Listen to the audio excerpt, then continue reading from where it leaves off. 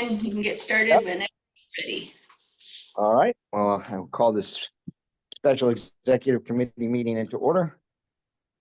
We need a roll call. Yes. Chair O'Brien. Here. Councilor Payne. Here. Mr. Smith. Mr. Smith just let me know that he is unable to make it. We have a quorum. Yes. And then we need to read notice of the electronic meeting. I'll go ahead and do that. Okay, one. This meeting of the Thomas Jefferson Planning District Commission is being held pursuant to Code of Virginia subsection of 2.2-3708.3, which allows a public body to hold all virtual public meetings. The meeting is being held via electronic video and audio means through Zoom online meetings and is accessible to the public. The method for holding this meeting shall not change unless a new meeting notice is provided. Should the electronic transmission fail, you may reach out to the TJPDC at remrick@tjpdc.org. Notice has been provided to the public through notice of the TJPDC offices, to the media, website posting, and agenda. The meeting is held pursuant to the remote electronic participation and all virtual meeting policy as adopted by the Commission July 25th, 2024. The meeting minutes will reflect that the meeting was held by electronic communication means and the type of electronic communication means by which the meeting was held. A recording of the meeting will be posted at www.tjpdc.org within 10 days of the meeting. Okay. So I guess now we're going to go on to the pre-audit, I assume. Yes, the first item, number 2, is just informational. We would like as staff to request that Finance Executive Committee meets on a quarterly basis. There's a number of items that'll be coming up in this fiscal year that we would like to be running before you all, before they go to the commission. So I have listed in the agenda a November, February, and May date. All of those will precede the existing commission meeting. The pre-audit meeting, or not pre-audit meeting, the one where the draft audit is presented is the first one in November.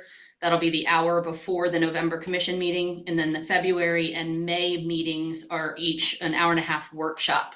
So if you guys don't have any pause with those, I'll go ahead and send calendar holds for you all so that we can address the items that are listed in the agenda. Works for me. Thank you. Anybody else, Michael?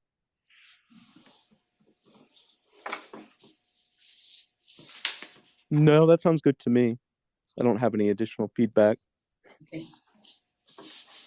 All right, and then we'll go on to number 3 with Laura. The pre-audit is just something that we had previously had on our calendars years ago, and we are bringing them back in to kick off our audit season. So David Foley is with us today to kind of review the engagement that we are looking at for this fiscal year's audit and our audit timeline. Well, good afternoon, everyone. Thank you. So the kind of the purpose of the pre-audit kickoff meeting is a few things. One, just to confirm, everyone's understanding of the services that we'll be providing as part of the audit. 2, to go over the audit schedule. And then kind of the third thing is it gives us a chance to have a conversation before we get started with the audit. Gives you all a chance if there's any concerns or any items that you all think we need to look at or address while we're doing the audit.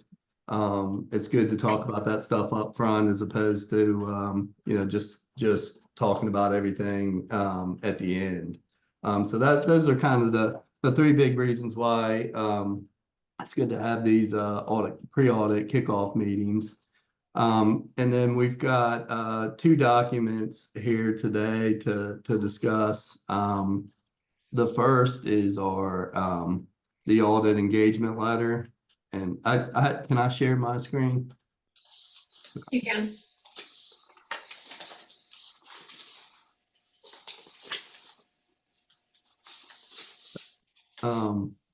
So the audit engagement letter, really, again, this letter just confirms everyone's understanding of the services that we're going to be providing the commission as part of the audit. The engagement letter has a few different sections. One is the audit scope and objectives of the audit. Then it gets into our responsibilities as auditors, and then discusses management's responsibilities in regards to the audit. And then it also includes the fee for the audit. So as far as the audit scope and objectives, really there's three main pieces of the audit that we do for the commission. One is, of course, we audit the financial statements to make sure that the commission's financial statements are prepared in accordance with generally accepted accounting principles. The other two pieces of the audit that we do are in accordance with government auditing standards. One is, in addition to just looking at the numbers themselves, the financial statement numbers themselves, when we're out doing the audit, we review and gain an understanding of the internal controls that the commission has in place over its financial reporting. Really, we do this to kind of directs our audit test and, you know, kind of lays out a blueprint of how we design our audit procedures based on what controls look like in place. Also, as part of the audit, in addition to just, you know, gaining an understanding of the controls, we also, in places where it does look like controls are in place, we'll actually perform a test of controls as part of our audit testing. So again, looking at the controls just in addition to the numbers themselves. And then the third piece of the audit is the single audit, the federal compliance audit. So anytime a organization expends over $750,000 in federal grant programs, as part of your financial statement audit, you're required to undergo what's called a single audit, and that's done in accordance with OMB's uniform guidance. So when we're out doing the testing, part of the audit we do is for the major federal grant programs of the commission. OMB provides a compliance supplement that lists all the compliance requirements that the commission has to comply with when it's carrying out and expending its federal grant program. So when we're out doing the audit, we'll take that checklist and go through and make sure that the commission is complying with those grant requirements. So that's really the three main pieces of the audit that we do. So when we meet in November to go over the draft audit report, you'll see that there's three different reports from us in the audited financial statements that covers these three sections. So that there be an independent auditor's report is where we issue our opinion on the financial statements, again, making sure that they're in accordance with generally accepted accounting principles. And then in the back, in the compliance section of the report, there'd be two different reports from us back there. One is will be our report over the commission's internal control over its financial reporting. And there, if we were to note any significant deficiencies or material weaknesses, they would be reported in that report. And then the third report would be the uniform guidance report from us that would again communicate if there were any findings, they would be included in that. So there will be three reports to coincide with the three main pieces of the audit. Again, the letter then goes into our responsibilities for the audit of the financial statements and single audit. So, you know, we'll conduct our audit in accordance with generally accepted auditing standards, also in accordance with uniform guidance and government auditing standards. Talks about gives a brief overview of the audit procedures we do over internal control and compliance. And then down in other services, we just list here that, you know, as part of the audit, we, based on the clients, based on the commission's adjusted trial balance, we prepare the financial statements and CFA preparation as part of the audit report. And, you know, management agrees, assumes all responsibilities for the financial statements and the fair preparation of those. And they also do a thorough review of the draft report that we send. Also included as part of the audit, in accordance with the APA's audit specs, one of the compliance things we have to look at is for VRS, the Virginia Retirement System. So as part of the audit, when we're doing our testing, there's certain compliance things we have to look at and check related to the Virginia Retirement System. Looking in the VNAV and doing certain tests there, making sure salaries are approved and agree with the records. And then at the end of the audit, we'll issue we have to send to the state the report on the VRS compliance. And then it gets into the management's responsibilities for the financial statements. Again, management is responsible for the financial statements, and this just goes into and management's also responsible for the design of internal controls, and also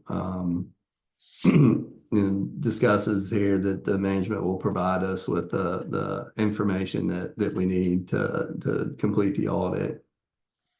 And then the last section of the engagement letter talks about is where we include the fee for this year's audit.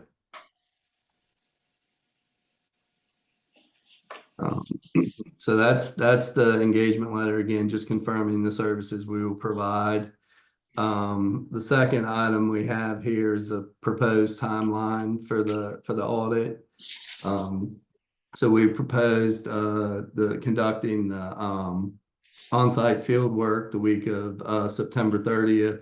So we'll come on site for that week to perform our audit testing.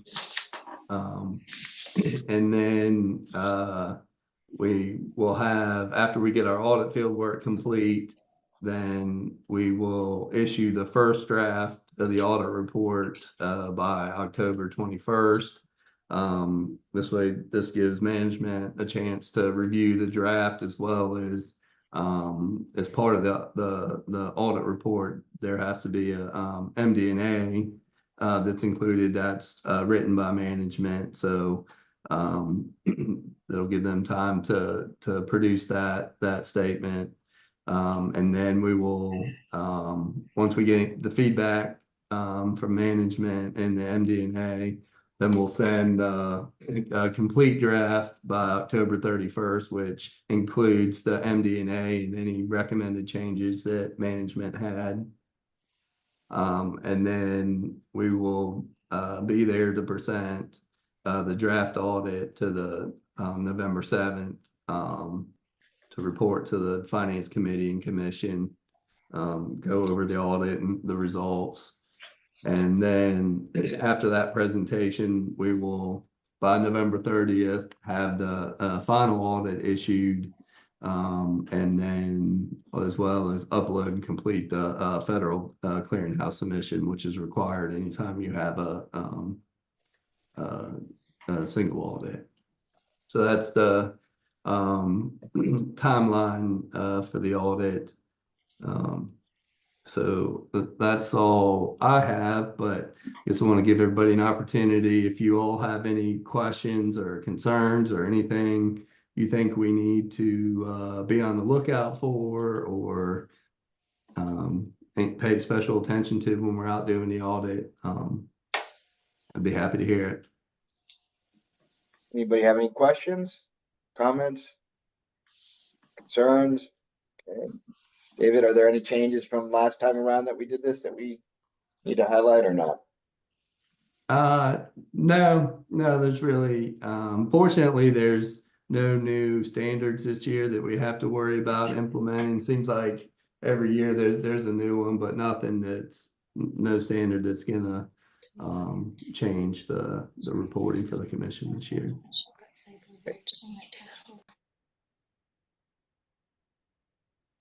All right. Moving on then. Thank you, David. Thank you, David. At this time, we're gonna move on to other topics, David, so if you don't want to hang on and carry on with your day, you don't need to stay for the remainder of the meeting. Okay, all right. That sounds good. Thank Well, you it's for good being seeing here. y'all. Yeah, you too. Thank you. Bye.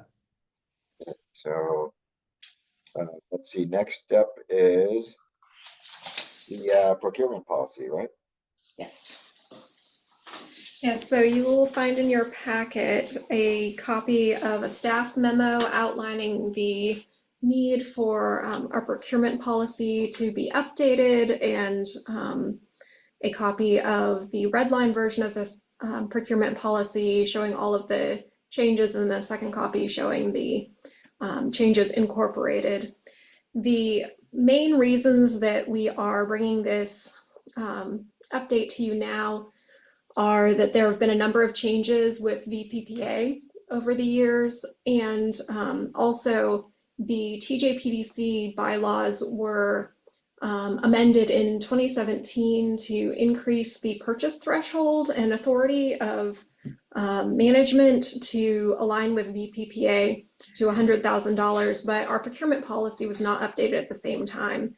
And with all of the changes that have happened with the programs that we operate, we have found a need internally to streamline our procurement process and have that purchase authority for management increased to match VPPA.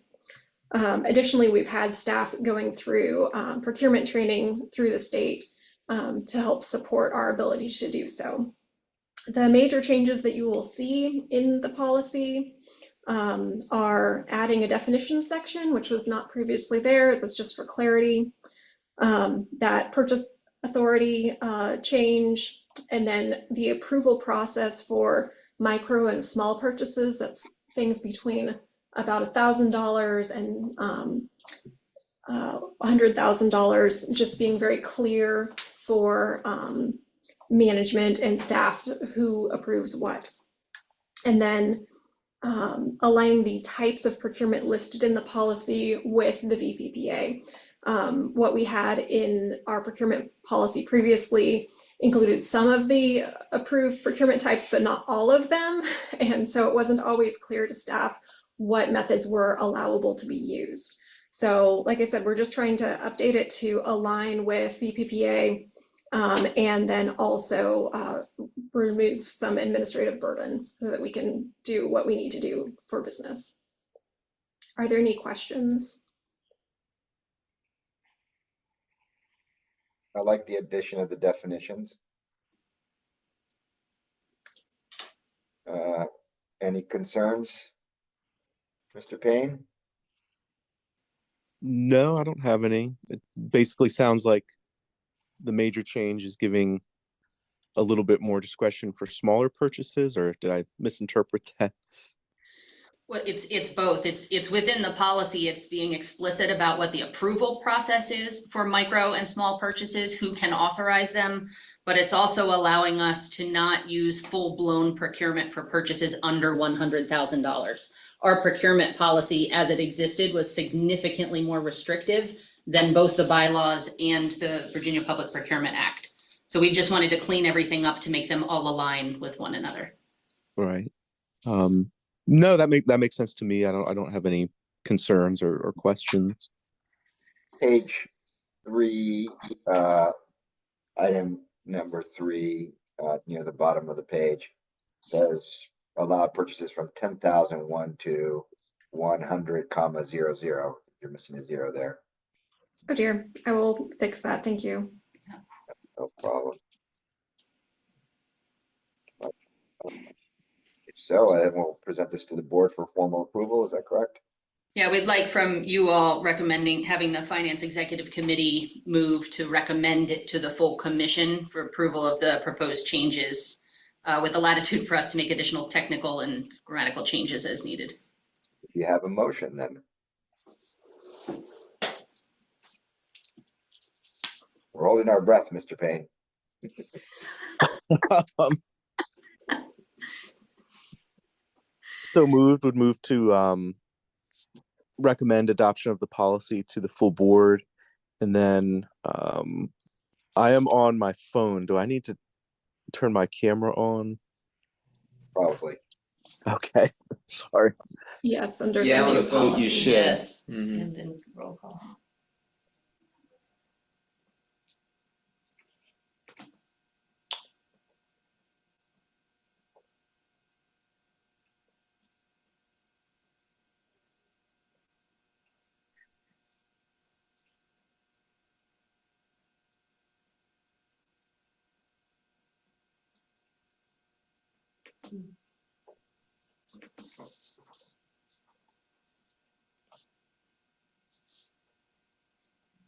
Are you able to turn your video on, Mr. Payne?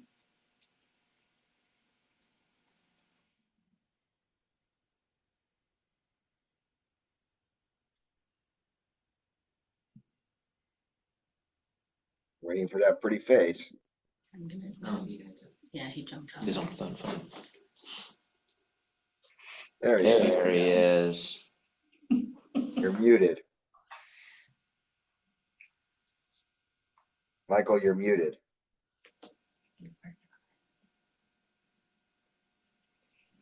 Sorry, had to update the phone settings. But yes, I would move to recommend approval of the new procurement policy to the full board. All right, there's a motion. The chair votes aye. Mr. Payne, I assume you vote aye since you made the motion. Yes, I. Do we need an actual roll call on that, or? Nope, fine. I think we're okay. Nope. Great. Okay, so moving on next, employee handbook updates. All right, Mr. Chairman, Laura and I are going to tag team on this one. Similarly to your last item, we included in your packet a memo as well as a marked up and a clean version of proposed changes to the employee handbook. The last time the handbook was adopted by the commission was 8 years ago in 2016. And since that time, there have been a number of changes in state law and regulation that are really driving the need to make some changes to the handbook, to make some additions. There are also some changes that the commission has approved through policy or just practices at TJPDC over the past 8 years that have been that need to be added to the handbook as well. So this is actually the first of 2 times that we will be coming to you all with changes to the handbook. This first round, as I said, are those things that are really necessitated by the changes in law or regulation or that that we're doing now. And then we will come back to you again in 2025 with some other proposed changes that may have some fiscal budget impacts or that we need some more time to have some analysis and discussion about. So Laura is going to go through just a handful of some of the most significant changes. I will say that we've worked very closely, Laura's worked very closely with our insurance provider, Virginia Risk Sharing Association, which has really been instrumental in tracking a number of these changes in the law over the past 8 years and longer. Thank you. As David has mentioned, most of these are due to a just updating for statute in Virginia law. So the first is the the Fair Labor Standard Act and language for the protected classes. So that has a significant impact on a few of our policies for hiring and that section of our policy manual. We have also identified that the Family Medical Leave Act, while the TJPDC is and does fall under the code and the act as an employer, none of our employees are eligible, as we as an agency have less than 75 employees. So our previous version had a wealth of information about the Family Medical Leave Act, what it covered, what it didn't, all of the terms and policies within. And so most of those were eliminated from this version as they no longer apply. No employee would be currently eligible for those benefits as the act required. So those are two of the major. We also added USERA, which was not in our previous version. That language again comes directly from Versa, our insurance carrier. Incorporated also our prior resolutions from the board, such as our holidays. We had a Juneteenth that was approved in a prior resolution, but it was not included in our prior version, so we've added that. We are also proposing that we have a half day before Thanksgiving, and that our flex days, we had one that was issued as a Christmas only or winter holiday only, and now that is to be used throughout the year. Proposed that it begins in July, so there was a change to our holidays, but 14 and a half is our total, and that aligns with the majority of our members of the commission. The other is that we added our group term life insurance, our short-term and long-term disability plans. They were not previously itemized in our last version. Those are benefits that we do offer from the commission, and we wanted to make sure those were included. Those are probably the biggest highlights to make mention of for this review.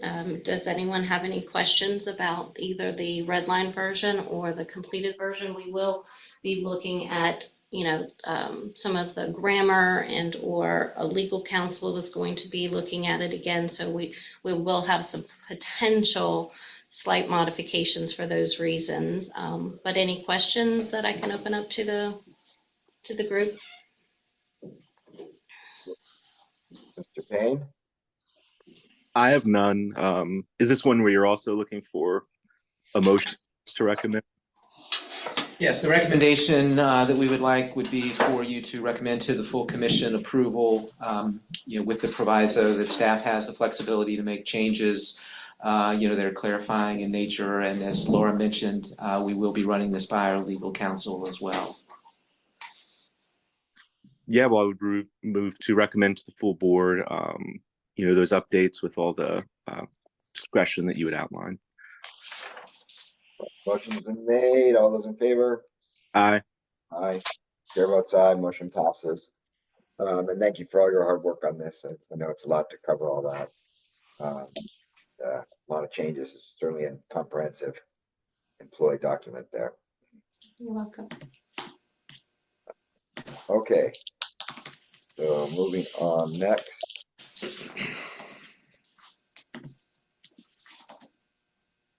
We have the FY26 draft budget, local contributions, discussions, and recommendations. Okay, as I mentioned in the last commission meeting, I wanted to do a deep dive analysis on the local contributions. We've been feeling a lot of pressure in a couple of our programs, and so I wanted to detail through for you all the analysis that I did, make a staff recommendation to you all, and then request that this item actually become action for you all in making a recommendation to the full board, and then go to them in October. So I'm going to share my screen. I have a presentation prepared, so it's easier for you guys to see that analysis that was done. Is it sharing? There. We'll Slow on the uptake. Okay, full screen. So here we go for local contributions. So in addition to the per capita funding that we receive from all 6 jurisdictions, we receive direct contributions for 6 programs or services that we provide that are listed on your screen. The table below is the table that's incorporated into every budget. It's just the local contributions table. And so what exists there is what is currently in the draft FY26 budget. As you can see, for example, in solid waste, only the 4 jurisdictions that participate in our solid waste planning unit are assessed, just like with the Rivanna River Basin Commission. However, a lot of these contributions have remained static over time. So what I did to do this overview is I first pulled copies of all of the approved budgets for the last 20 years. I then analyzed locality population trends between 2005 and 25. I looked at both historical inflation rates year over year. I looked at cost of living adjustments year over year.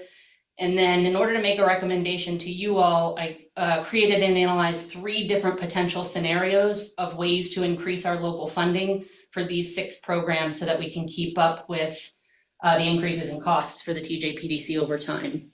So I will share those with you. The first finding in doing this analysis is that the local contributions for several of our programs have not been adjusted at all since their inception. Others have not been adjusted for many years. So the table on your screen is the historical local contributions by year. Anywhere where there's an orange highlight is where a decision or a policy change occurred that set that rate. So for example, in the per capita column, those orange highlights are when the rate was changed, 60 cents, 62 cents, 64 cents, and so on. In 2022, the commission adopted a 2-cent per year increase in the per capita. So that one already has an escalation incorporated.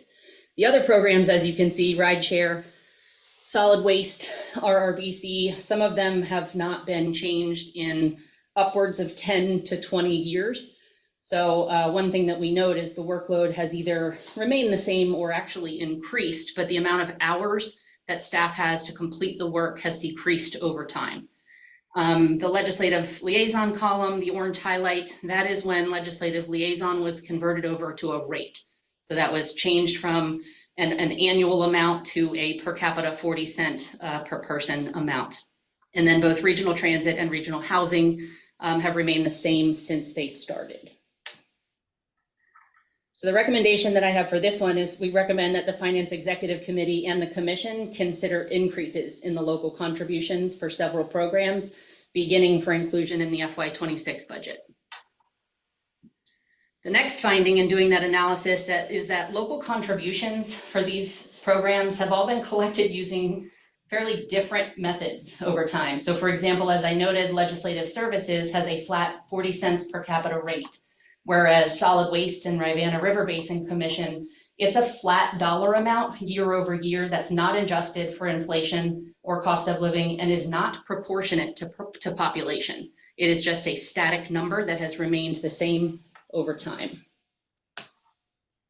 So staff recommendation for this one is for consistency across all of our locally funded programs. Staff would recommend converting all local contributions to per capita rates. This will ensure that the contributions are proportionate to the population changes as they occur. And I have a table for that one. I'll leave this one up for a minute so you have a chance to absorb that. If you look at the top table, you can see that the per capita already has the rate of 68 cents per capita, and legislative already has a rate. The other 5 programs are all static amounts, meaning they are not changing based on the population that we use the Weldon Cooper Center estimates. So in rideshare, Charlottesville has paid always $7,331 regardless of the year. What I would recommend is that we convert everything to a per capita rate. So that's now in the orange row. That takes the same contribution amount, so it doesn't change the total amount that we are receiving, but it does recalibrate the contributions by jurisdiction so that it aligns with their proportion of the population within the planning district. You can see that it has a nominal change for some jurisdictions in the total contribution, but there's no, vast discrepancy, or I don't even know how you would say, like there's no undue burden to any one jurisdiction for recalibrating that. Looks good, makes sense. Okay. So finding number 3 in doing the analysis is that the local funding is not keeping up with our increasing costs for these particular programs. All of these, except for one, are 100% locally funded. The only one that is not is rideshare, and that's 80% federal funds, 20% local. The impact I've already shared is that oftentimes we're feeling very crunched in these if the amount hasn't changed over 20 years, but the workload has either stayed the same or increased. We're finding that we are asking staff to do the same amount of work with significantly less time to get it done. Some analysis that we did in order to make a recommendation to you all is I created 3 different scenarios, all of them being 5-year potential scenarios. The first thing that I mapped out was looking at what would happen if we did a significant one-time percentage increase. So increase all funding by 10 or 20%. To all programs, and then recommend a nominal recurring flat rate increase. So that rate being the per capita rate, and it would be a different rate for each one. Scenario 2 was looking at a significant one-time percentage increase, and then looking at a nominal recurring percentage rather than a rate increase to see what that would do over time. And then the third scenario that I completed was, what if we just took a flat percentage rate across all programs for 5 years, with the exception of the legislative liaison? And I'll go into that in a couple minutes. So looking at those 3 different outcomes, staff determined that the third scenario offers the following benefits.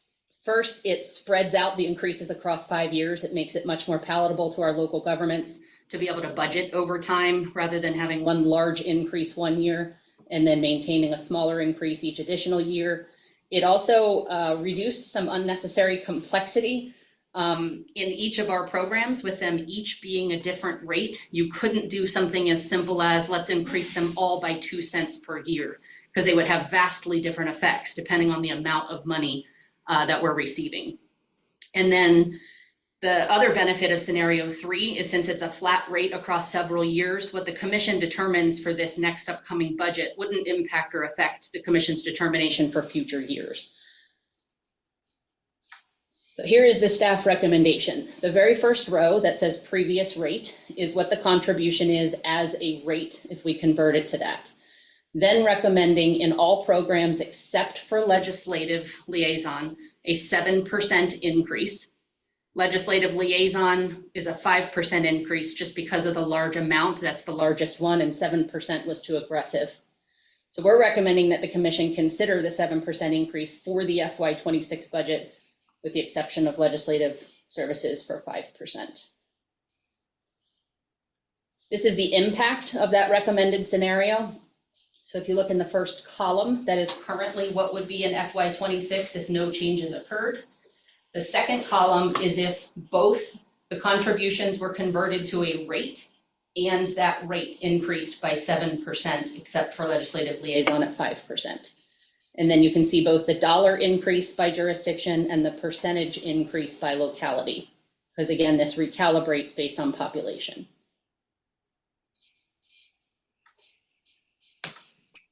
Finding number 4 in doing this analysis is that across time, adjustments are being made to some programs, but not to others. And there's really no mechanism in place to trigger looking at these local contributions other than the annual budget as conditions are changing. So what staff would like to recommend is that the commission review and adopt projected local contributions every 5 years. And that's similar to what you guys do for the per capita rate.